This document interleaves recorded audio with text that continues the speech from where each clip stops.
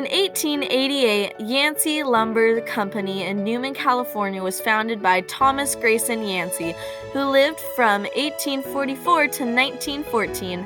This event broke barriers in history and connects to this year's National History Day theme of breaking barriers in history, because lumberyard has helped the city of Newman grow in size over the time, since they were able to supply as many workers with material to build and expand the city of Newman over the course of 132 years. Yancey's lumber was a new source of supplies, so instead of Newman having to wait to get supplies by the train, they were able to get supplies from Newman itself.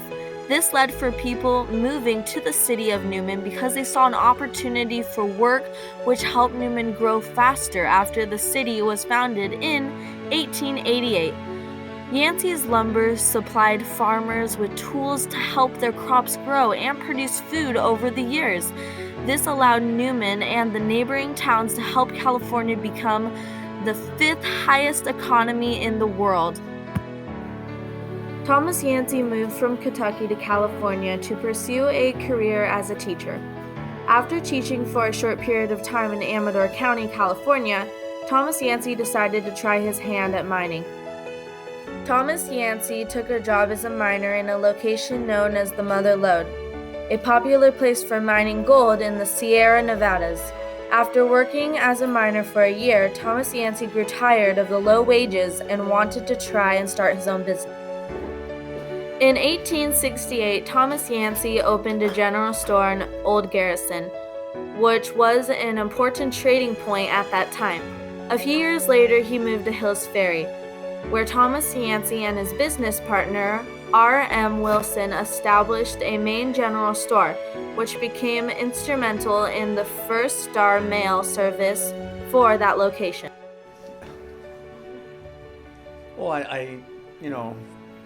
Tom had told me once that his grandfather that started the company, of course, started out with a little general store in Grayson, and that's where he, in fact, his nephew, whose name is Thomas Grayson Yancey, and I kind of stuck on that name, lives in Sacramento, and on all of his business information, he has a roofing company. The post office and the express office were both set up at this location, placing the first stocks of lumber as the official sideline. Thomas Yancey worked with Gray Hickman for a time before returning to the lumber business, which he did in 1881 as a general manager of the San Joaquin Lumber Company. Thomas Yancey's legacy still has a great effect on Newman and neighboring towns. As those family members would pass away, I would buy their shares in the company because it's a corporation. There was 200 shares of stock, started in I don't know if it was 1892 or a few years after that, but as they would pass away, I would buy their shares, and as of 2 years ago, I own all of it now. According to Patterson Irrigation website, Tom Yancey, one of the co-owners, noted that the family at one time had 5 lumber yards in Newman: Patterson, Wesley, Crow's Landing, and Gustine. All but the first 2 closed over the years. Newman was one of the 2 lumber yards that didn't close, and this shows the importance of Yancey lumber in Newman. This shows how much of an impact Thomas Yancey had on Newman and surrounding towns. The lumber yard played a large role in the expansion of Newman. With building supplies now being local, the building of houses and businesses became much easier, and the town of Newman was able to grow at a much faster rate.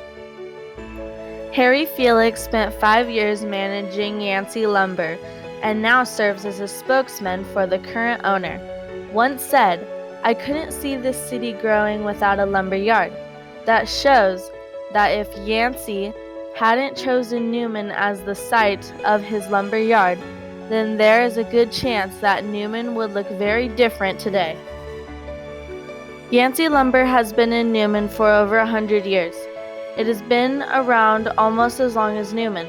As the West Side Index states, in the year 1888, the South Pacific Railroad completed its lines down the West Side Valley of Newman. Under Tom Yancey's management, the San Joaquin Lumber Company built yards in Patterson, Crow's Landing, and Newman. The short-term effects of Yancey lumber is that it was a source of supplies for the entire town of Newman. Yancey lumber supplied all kinds of workers with materials, therefore leading for Newman gaining new buildings and things such to make Newman a more livable town and spread outwards. This allowed Newman to grow at an astonishing rate. In the West Side Index, it states that Yancey lumber had 8 different buildings, which contained just about any building material. In the same article, the mill contains tools that can probably be found in just about any carpenter's dream, including large 36-inch blade saws, 12-inch blades, and 24-inch power blades. This shows that he had enough supplies to help any farmer, but also help the workers that led to the new buildings in Newman. Yancey lumber had a great effect on towns, not just including Newman, because there were multiple lumber yards. As we can conclude, the short-term effect is that Yancey lumber had a major help in Newman in a short period of time, containing all of the work supplies that we needed. We used to have a railroad spur that came right through the middle of the lumber yard, and all the lumber, there wasn't trucking or anything. Everything came by railroad, and we would get carloads of lumber, and a carload of lumber is about 3 truckloads.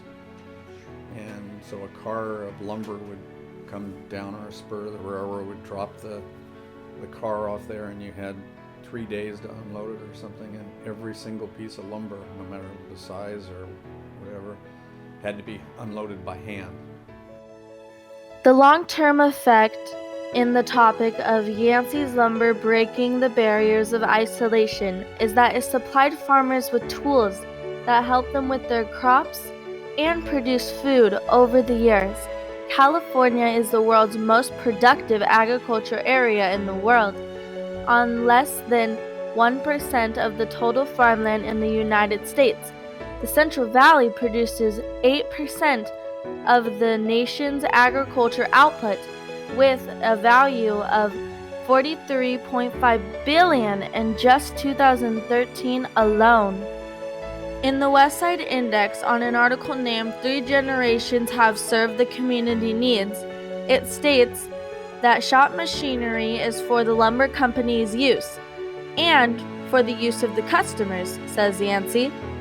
This shows that farmers can use their machinery if they want, and that most definitely helps them and benefits everyone. This also shows that Thomas Yancey was a very generous man towards the people of Newman. So customers came by frequently whenever they needed to buy supplies or machinery. In the end, one can see the long-term effects is that Yancey lumber supplied farmers with tools that have helped their crops grow and produce food over the years, which was important because of the growing population. Yancey's lumber was a great help to Newman, but not all would agree. The other lumber yards would probably dislike Yancey lumber, since Yancey's got to be next to the railroad and was able to get supplies easier.